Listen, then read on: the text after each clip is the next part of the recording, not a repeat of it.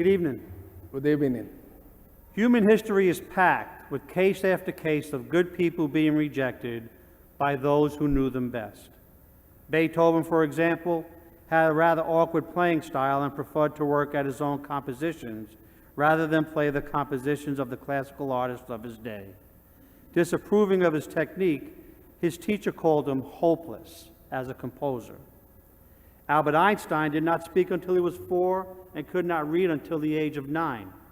His schoolmaster said that he was mentally slow, unsociable, and adrift in his foolish dreams, and that he would never amount to anything.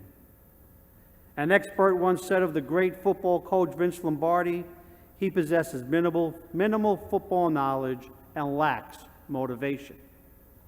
Walt Disney was fired by a newspaper editor who complained that he was lacking in creative ideas.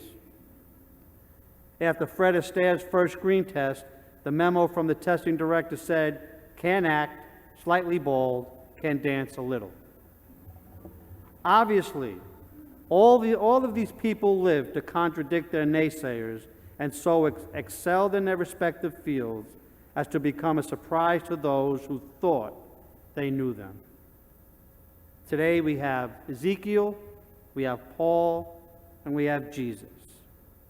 The readings challenge the human propensity for labeling and limiting and invites believers to begin to look at God, the world, and one another with more open eyes and more receptive hearts.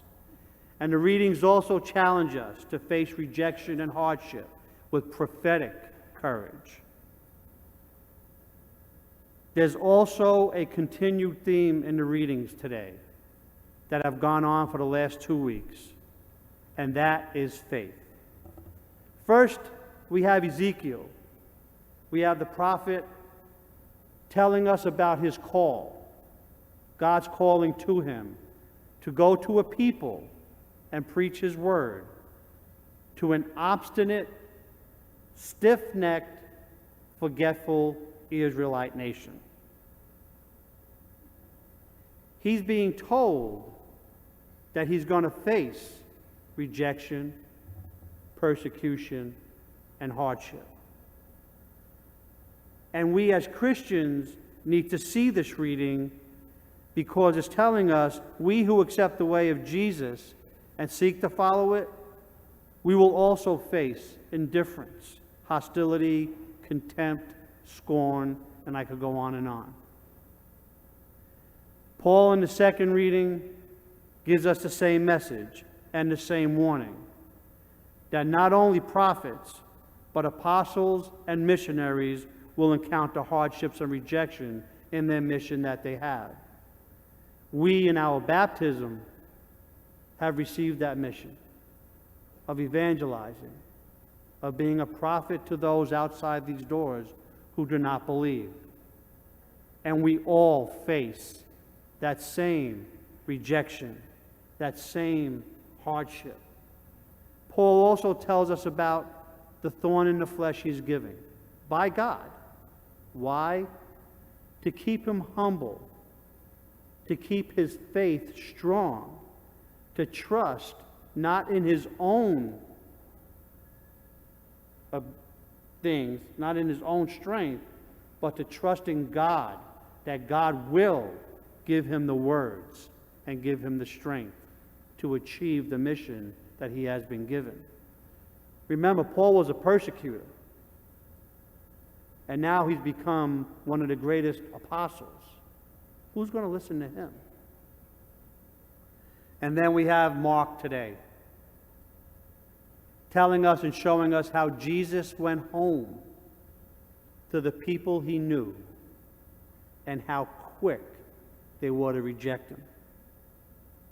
In Luke's gospel, he tells us they were amazed at the gracious words that came from his lips.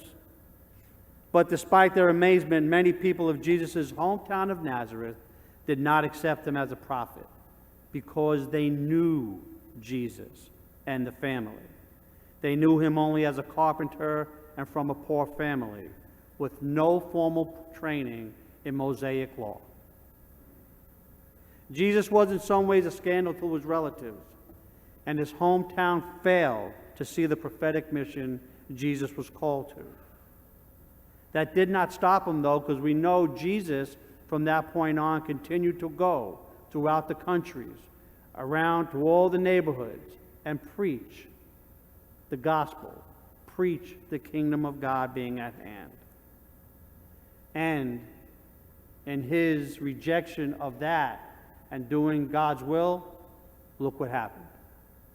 Look around. Jesus says to the people, "A prophet is not without honor, except in his native place and among his own kin and in his own house." That, my brothers and sisters, should strike in our minds that familiar phrase, familiarity breeds contempt. And let's not forget John's words in his letter about Jesus. He was in the world, and the world was made through him, and the world did not know him. He came to his own, and those who were his own did not receive him. So I go back to that other theme that's been going around for the past couple of weeks. In the last three Gospels, we've heard it. What was lacking for the people was faith. Jesus does not lack power to do what he does, but the people do not accept it as real. 3 weeks ago, we had the disciples in the boat, fishermen, but followers of Jesus, have already seen the miracles that he has worked, has already heard his message, been with them a while, and the waters of life start engulfing the boat, and they look at Jesus. Jesus looks at them and said to them, "Why are you terrified?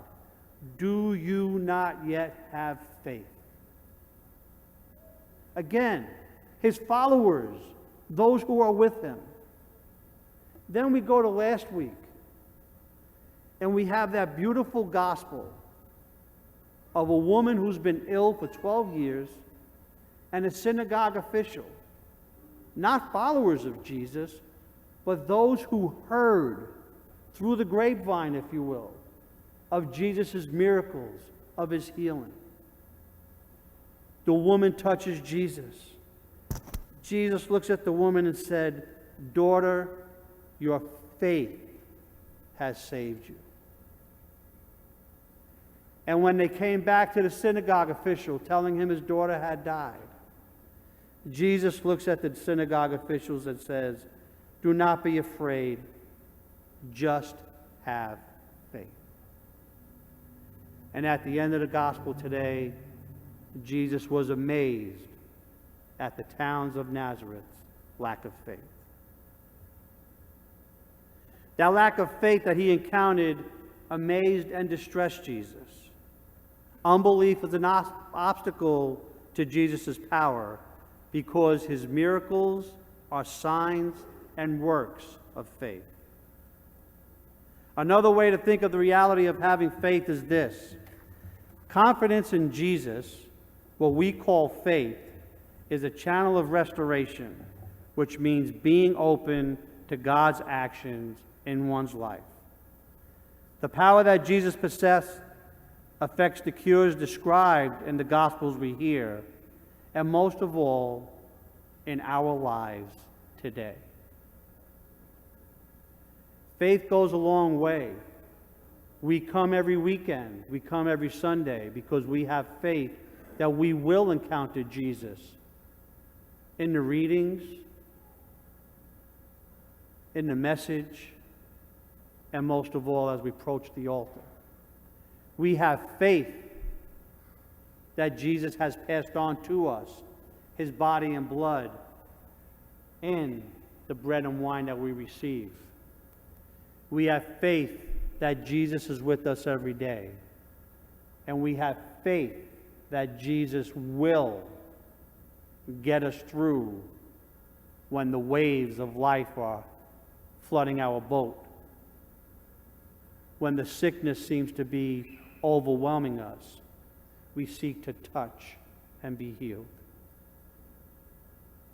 So when Jesus approaches us, Let's have that faith to truly believe.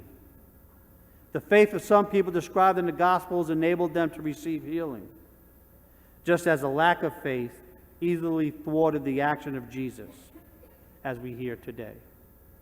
So, my brothers and sisters, as we celebrate this beautiful Independence Day and the freedom that we have been given by the shedding of his blood on the cross, the ability to be able to go out beyond these doors and preach the gospel, let us hold firm to our faith. Let us hold firm to our love of God, and let us go and evangelize to our brothers and sisters searching for Jesus, that he is the way, the truth, and the life. God bless you.